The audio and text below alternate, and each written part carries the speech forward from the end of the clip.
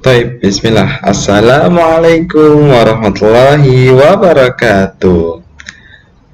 Ah, Alhamdulillah, gimana kabar kalian? Semoga kalian dalam lindungan Allah Subhanahu wa Ta'ala serta rahmatnya. Nah, pada kesempatan kali ini kita akan belajar bersama-sama pelajaran hadis bersama Pak Imam, dan kita belajar di hadis kelas 5 tentang tasyabbuh. Nah, Taib, ada apa dengan tasyabbuh? Nah, tasyabbuh ini adalah fenomena gitu. Jadi banyak sekarang orang yang melakukan tasyabbuh. Nah, kenapa sih kok tasyabbuh nggak boleh? Karena tasyabbuh yang dilakukan orang banyak sekarang adalah tasyabbuh yang haram, yang tidak boleh dilakukan gitu. Padahal ada tasyabbuh yang bisa dilakukan oleh orang-orang Islam gitu. Nah, tasyabbuh yang tidak boleh adalah tasyabbuh orang-orang kafir gitu. Nah, kita langsung masuk ke menu. Nah, di menu ini ada 4 yang akan kita bahas pada kesempatan hari ini. Yang pertama adalah makna tasyabbuh, kedua jenis-jenis tasyabbuh, ketiga adalah bentuk-bentuk tasyabbuh, keempat adalah kesimpulan. Nah, kita masuk yang pertama dulu ya. Di yang pertama adalah makna tasyabbuh. Makna tasyabbuh secara bahasa dan istilah adalah: tasyabbuh secara bahasa adalah bentuk masdar dari kata kerja tasyabbaha yang menunjukkan penyerupaan suatu kesamaan, warna, atau sifat. Tasyabbuh memiliki arti menyerupai atau mencontoh. Nah, jadi tasyabbuh ini adalah dalam bahasa Arab gitu. Karena ini hadis, jadi ada bahasa Arab. Hadis ini bahasa Arab. Jadi judulnya ini tasyabbuh. Tasyabbuh itu bahasa Arab. Artinya adalah penyerupaan. Nah, untuk lebih dalamnya lagi kalian bisa mempelajari bahasa Arabnya gitu. Nanti kalian akan tahu tasyabbuh itu dari kata apa sih, masdar itu apa sih. Nah, nanti ada di pelajaran bahasa Arab. Nah, sekarang masuk ke tasyabbuh secara istilah. Nah, tasyabbuh secara istilah adalah ungkapan tentang tingkah yang dibuat-buat, yang diinginkan dan dilakukan. Jadi kita misal mau melakukan sesuatu, nah kita meniru sesuatu itu, padahal kita nggak bisa, kita meniru sesuatu, itu tasyabbuh gitu. Dan sesuatu yang dibuat-buat, yang nggak ada dasarnya gitu, yang nggak ada gunanya, nah itu tasyabbuh. Contohnya ngeprank orang. Nah, ini kan gaya-gaya orang kafir, tingkah laku orang kafir gitu, orang non muslim. Dan dari banyak orang Indonesia melakukan, apalagi orang yang muslim. Dan ini nggak boleh, tasyabbuh yang ke arah kafir ya, yang ke arah haram, dan ini nggak boleh. Nah, Imam Syafi'i juga berkata bahwasanya yang dimaksud tasyabbuh adalah ungkapan yang menunjukkan upaya manusia untuk menyerupakan dirinya dengan sesuatu yang diinginkannya, serupa dengannya dalam hal tingkah laku, pakaian, atau sifat-sifat. Jadi ini nggak boleh, itu tasyabbuh yang dimaksud. Dan itu menyerupai orang kafir misalnya, itu tidak boleh gitu. Dan kita harus berhati-hati gitu, tingkah lakunya, gaya berpakaiannya, hati-hati pokoknya. Nah, kembali ke menu, kita masuk sekarang ke jenis-jenis tasyabbuh. Tasyabbuh itu ada 2. Yang pertama tasyabbuh yang haram, dan ini sangat tidak boleh dilakukan pastinya karena haram. Dan ada tasyabbuh yang mubah. Nah, apa sih contoh-contohnya gitu? Nah, tasyabbuh yang haram melalui gaya berpakaian orang barat, orang kafir, gaya berbicara, gaya hidup gitu kan, ya kayak nggak pakai kerudung, itu nggak boleh gitu. Jangan kita tiru. Kita sebagai muslim punya gaya hidup sendiri yang ada di hadis dan Al-Quran. Jadi buat apa susah-susah meniru mereka, buat apa melihat mereka yang malah membuat kita jadi dosa gitu. Jangan, mending kita lakukan apa yang sudah Rasulullah contohkan.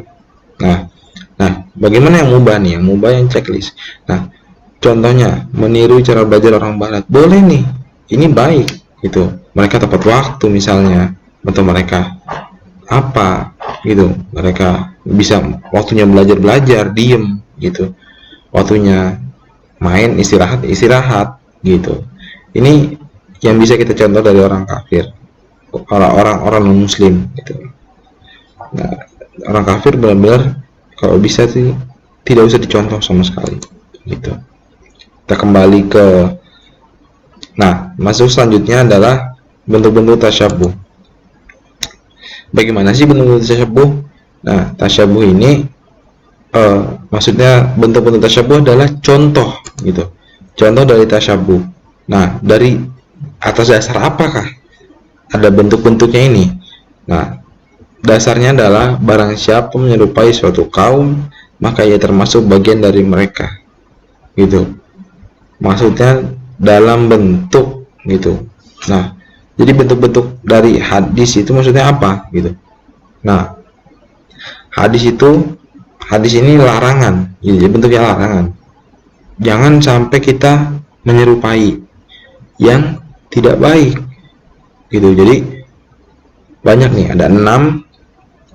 Ini semuanya adalah contoh-contoh yang tidak boleh diikuti, yang dilakukan oleh orang non muslim gitu, atau kafir.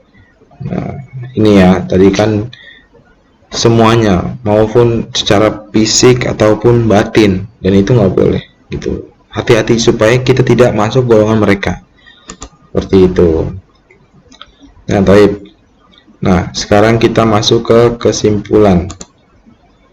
Kesimpulannya adalah ada 6 poin. Tasyabuh bil kufar adalah haram. Tasyabuh kepada orang kafir itu haram dan tidak boleh. Hati-hati. Ini kita tidak boleh meniru orang kafir. Titik. Pokoknya selesai. Nggak boleh dibantah. Nah, tapi ada kemungkinan tidak semua tasyabuh itu haram. Nah, tapi tasyabuh yang mubah. Kalau tasyabuh bil kufar otomatis haram. Tasyabuh yang mubah itu beda lagi. Nah, itu kita meniru Rasulullah, meniru para sahabat, dan itu boleh dan sangat dianjurkan karena itu rujukan. Kita harus melihat ke situ, ke Rasulullah dan sahabat-sahabatnya. Itu udah terbaik pokoknya. Gitu. Dan Islam mengajarkan kita untuk punya pendirian akidah yang kuat. Nah, jadi jangan mau kita tuh diajak-ajak, ditarik-tarik ke sini ke sana, mau semuanya. Jangan. Apalagi ke arah-arah yang tidak baik, diajak nongkrong-nongkrong nggak jelas, diajak buang-buang waktu main game hingga lupa waktu sholat, dan itu nggak. Hati-hati, kita harus punya pendirian kuat. Enggak, waktunya sholat, waktunya main game, waktunya belajar gitu. Dan poin keempat selanjutnya adalah seorang muslim harus berhati-hati dengan apa yang diperbuat, entah diperbuat, entah diperkata, dan kita harus hati-hati. Apa yang kita bicarakan itu dipertanggungjawabkan semuanya, dan kita sebagai muslim harus berhati-hati.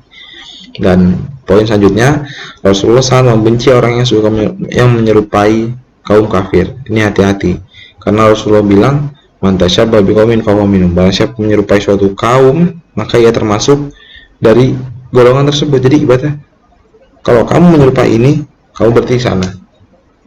Udah, nggak usah Islam gitu. Ngapain niru-niru itu? Atau kamu dapat dosa kalau niru. Jadi maksud Rasulullah adalah jangan sampai kita meniru itu.